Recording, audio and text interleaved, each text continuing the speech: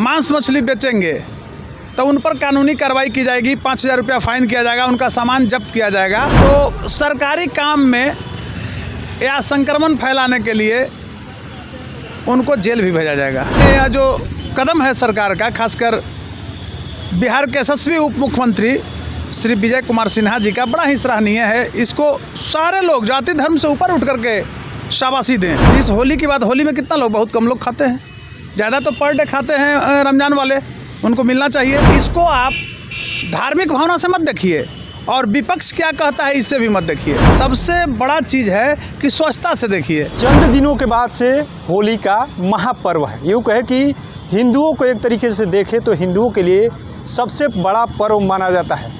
विदेश से भी लोग आते हैं, लोग एक दूसरे को गुलाल लगा करके बधाई देते हैं। लेकिन सवाल वही है कि क्या होली में जो लोग मीट और मांस खाते हैं, सरकार खलल डालने जा रही है। जिस तरीके से नगर विकास विभाग की तरफ से जो लेटर जारी किया गया, साफ साफ संकेत दिया गया कि जो लोग भी अगर बिक्री करते हैं तो उनके ऊपर कार्रवाई होगी, यानी खुले में, और जिनके पास लाइसेंस नहीं है वो लोग बिक्री करते हैं तो उनके ऊपर कार्रवाई होगी। लेकिन हम जानेंगे सीधे सीधे इसका असर धरातल पे कितना है। हमारे साथ पटना हाई कोर्ट के वरिष्ठ अधिवक्ता डॉक्टर कौशलेंद्र जी, ये जो फरमान है सरकार की तरफ से आम जनों पर कितना असरकार होगा, क्योंकि कई तरह के लोग देख रहे हैं कि धर्म की तरफ चश्मे से कई लोग देख रहे हैं कि एक धर्म को टारगेट किया जा रहा है। कई लोग कह रहे हैं कि होली के समय क्यों इस तरीके का फरमान। सरकार के इस फरमान को आप किस तरीके से देख रहे हैं? देखिए, सर्वप्रथम तो आपने जब मांस मछली बिक्री से संबंधित प्रश्न किया मेरे सामने, तो मैं बताना चाहता हूं कि इसमें बड़ा ही सकारात्मक चश्मा है। चश्मा इस रूप में है कि आप ये जानते हैं, अभी आपने होली का भी नाम लिया, होली ही नहीं है, ये रमज़ान भी है 1 महीना। तो क्या रमज़ान में ऐसा है कि मांस मछली, सड़ा हुआ मांस मछली खाओ, रोड पर से उठा करके उस पर धूल पड़ रहा है? क्या होगा? डिहाइड्रेशन होगा, आधा लोग हॉस्पिटल में जाएंगे। जिस होली के बाद, होली में कितना लोग, बहुत कम लोग खाते हैं, ज़्यादा तो पर डे खाते हैं रमज़ान वाले, उनको मिलना चाहिए। तो उनके लिए नहीं है। इसको आप धार्मिक भावना से मत देखिए और विपक्ष क्या कहता है इससे भी मत देखिए। सबसे बड़ा चीज़ है कि स्वच्छता से देखिए। इसको रोग मुक्त का जो एक पॉलिसी सरकार की है उससे देखिए। यह पॉलिसी जो है बिहार नगर पालिका अधिनियम, उसका धारा 345 के तहत यह पॉलिसी 2007 में लागू हुआ था कि कोई भी अगर खुले में मांस मछली बेचेंगे तो उन पर कानूनी कार्रवाई की जाएगी, 5,000 रुपया फाइन किया जाएगा, उनका सामान जब्त किया जाएगा। और ज़्यादा करेंगे, नहीं मानेंगे तो सरकारी काम में या संक्रमण फैलाने के लिए उनको जेल भी भेजा जाएगा। तो मैं कहना चाहता हूं कि अभी वर्तमान में यह जो कदम है सरकार का, खासकर बिहार के यशस्वी उप मुख्यमंत्री श्री विजय कुमार सिन्हा जी का, बड़ा ही सराहनीय है। इसको सारे लोग जाति धर्म से ऊपर उठ करके शाबाशी दें। और मैं विपक्ष को साधुवाद देता हूं कि कम से कम आप सुधर जाओ। आप जो लंपटाई करते थे, गुंडाई करते थे पटना के सड़कों पर, पटना के गरीबों पर, मांस मछली तौलाता था, लेके चल जाता था, पैसा नहीं देता था। इनको बड़ी फिक्र लगा है, चोर मचावे शोर है। आप जिस बात की चर्चा कर रहे हैं कि विपक्ष सवाल खड़े कर रहा है, लेकिन हम भी चाहते हैं, आप भी चाहते हैं, सब लोग चाहता है कि खुले में जो बिक्री सामान, जो भी सामान होते हैं उसका खरीदारी नहीं करे, बीमार हो गए। क्योंकि जिस तरीके से बर्ड फ्लू हुआ, आप देख रहे हैं किस तरीके से भयंकर बीमारी हुआ है। लेकिन अब लाइसेंस को लेकर के भी एक मसला है कि आखिर में कैसे लोगों को आप लाइसेंस दीजिएगा जो खुले में बेचते हैं, जगह तो दे नहीं रहे, आप लाइसेंस की बात आपको बता रहा हूँ। नहीं, उसमें भी है, सरकार निर्धारित किया है पॉइंट पर आप बेचिए। जो मानकता अगर पूरा करेंगे उसके लिए है कि 8x6 का आपको दुकान होना चाहिए, जो भी उसका बायोलॉज है, बायोलॉज का अध्ययन करने का चीज़ है।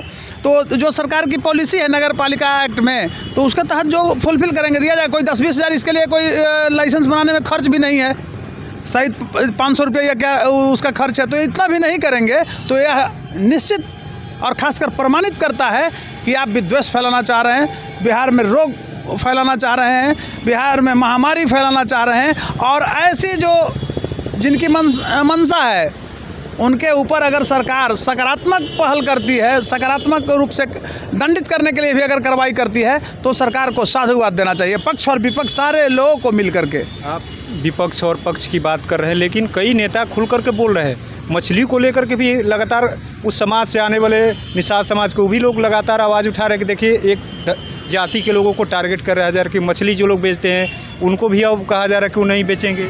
अब वो दिमाग से हटा दे, अब सब जात मछली बेच रहा है लगता है। आप जाइए तो मगध के एरिया में देखिए तो कितना निषाद बेचता है मछली, वहाँ तो सब बेचते हैं अदर, वहाँ तो हम अन्य जातियों को मछली बेचते देख रहे हैं। अब कोई मानक रह गया?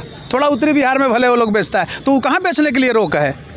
जो उनके यहाँ से लेता है दुकानदार वो सब सही ढंग से बेचे। अब सड़ा हुआ मछली वहाँ से लाता है, 5 दिन पहले सड़ गया, उसको भी खुलेआम बेच रहा है। कोई उस रास्ते से गुजर रहा है पूजा करने, अब वो देखता है उसको वोमिट की टेंडेंसी आती है, तबीयत ख़राब होती है, हॉस्पिटलाइज होना पड़ता है।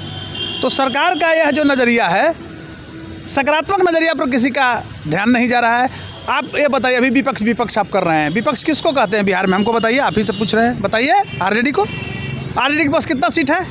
25 को बस। यही लक्षण से न। दूसरा चीज़, कांग्रेस को शामिल, कांग्रेस भी है, तो कांग्रेस का दशा क्या हो गया? नैनो कार देखे थे, नैनो में क्या को बैठता था, तो नैनो में सवार हो गई है बिहार में कांग्रेस।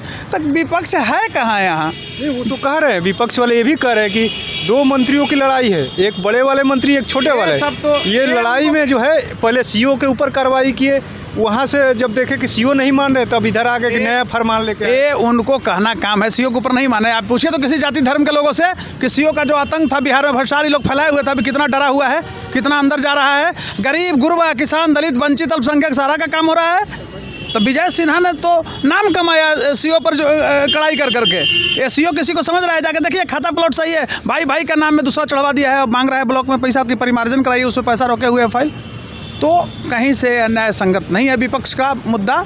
विपक्ष यहाँ डिफ़ॉल्टर हो गया है, डेड वॉच हो गया है। और मैं ये कहना चाहूँगा कि कल जो विपक्ष यहाँ कॉन्स्टिट्यूशनल ब्रेकडाउन कराया था बिहार में, सरकार ने, खासकर भाजपा ने जो यहाँ पटरी पर लाया है कानून को, कॉन्स्टिट्यूशन को, उस कॉन्स्टिट्यूशन को ये लोग फिर बर्बाद करने के लिए आज आया हुआ है। और ये धार्मिक उन्माद फैलाना चाहता है, जातिवाद में बिहार को बांटना चाहता है, और यहाँ जो सच्चे सनातनी हैं वो नहीं बंटने वाले हैं। आपसे एक सवाल लेंगे अंतिम से, क्योंकि आप पटना हाई कोर्ट के अधिवक्ता भी है, तो सीधा तौर पे है कि अगर जो लोग इस तरीके का बेचते हैं उनके मन में कई तरह के सवाल हैं, उनको आप बता दीजिए कि आखिर में जिस तरीके से जो लोग बेचते हैं, कुछ लोग भ्रम भी फैलाते हैं कि देखिए सरकार कुछ नहीं कर पाएगी, सरकार का नियम जो है आप लोग को टारगेट किया जा रहा है। जिस तरीके के माहौल है एक तरीके से कि कोई कह रहा है कि धार्मिक चश्मे से देख रहा है, तो कोई कुछ कह रहा है, उनके ऊपर बता दीजिए कि अगर वो नहीं करते हैं तो उनकी सज़ा भी हो सके। खुला में मत बेचिए।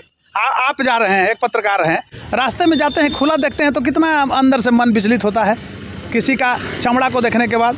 तो हमारे समझ से लगता है कि विपक्ष के पास कोई मुद्दा नहीं है, और इस तरह के जो दुर्भावना से ग्रसित सरकार को बदनाम कर रहे हैं विपक्ष, उनकी जितनी भी निंदा की जाए कम होगी। दुकानदारों के लिए क्या संदेश दीजिएगा? अगर वो दुकानदार के तो बोले कि जाके लाइसेंस ले नगर पालिका से, नगर निगम से। पटना में अगर बेचते हैं तो नगर निगम से लाइसेंस लें, गांव में छोटे छोटे अगर जिला में बेचते हैं तो नगर पालिका एक्ट बना हुआ है 2007 में जो बनी है, धारा 345 के तहत जो मानक है उसको पूरा करें, लाइसेंस लें, कार्रवाई हो जाएगी। मतलब एकदम कार्रवाई होगा।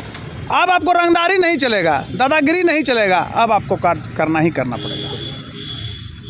तो आपने सुना किस तरीके से पटना हाई कोर्ट के वरिष्ठ अधिवक्ता है डॉक्टर कौशलेंद्र नारायण, उन्होंने साफ साफ कह दिया है कि जो भी नियम है, सरकार ने जो नियम बनाए हैं उस नियम के अनुसार आपको चलना होगा। जो भी मीट मांस या मछली विक्रेता है उनको चलना होगा। अगर नियम का उल्लंघन किए तो उनको जो धारा बनाई हुई है, यानी नगर पालिका के तहत जो धाराएँ हैं उन पर लागू कर दी जाएगी। अब उनके लिए एक ही रास्ता है कि वो जो सरकार का नियम है, यानी उस नियम को बखूबी पहले से नियम बनाए गए हैं कि आप स्वच्छता को ध्यान में रखते हुए, धार्मिक विषयों को ध्यान में रखते हुए पालन करें, और जो भी खाने की वस्तु है उसको ढक करके बेचें। ऐसे में देखना होगा कि सरकार का जो नियम लाया गया है आने वाले समय में इसका कितना जनता पर असर पड़ता है। NBC 24 के लिए पटना से कृपा शंकर।